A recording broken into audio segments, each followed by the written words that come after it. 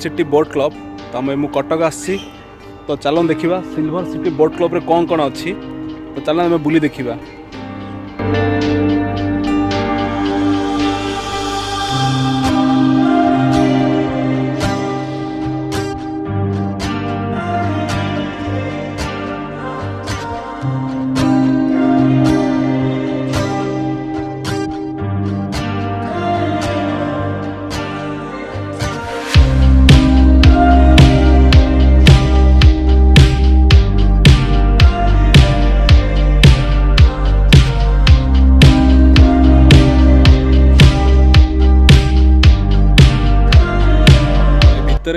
Boating रो सुविधा अच्छी देखी पारे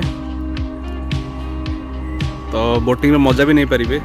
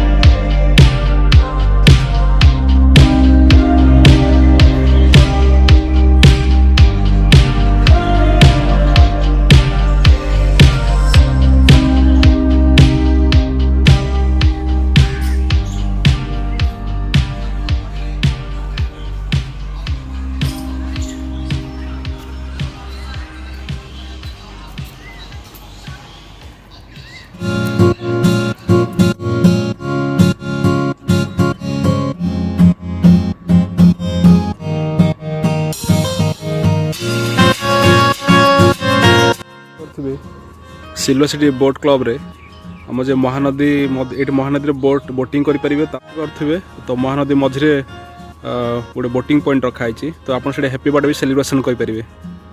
तो इवनिंग टाइम आसतु ये भी सेलिब्रेशन करेंगे happy birthday and different different celebration भी करेंगे।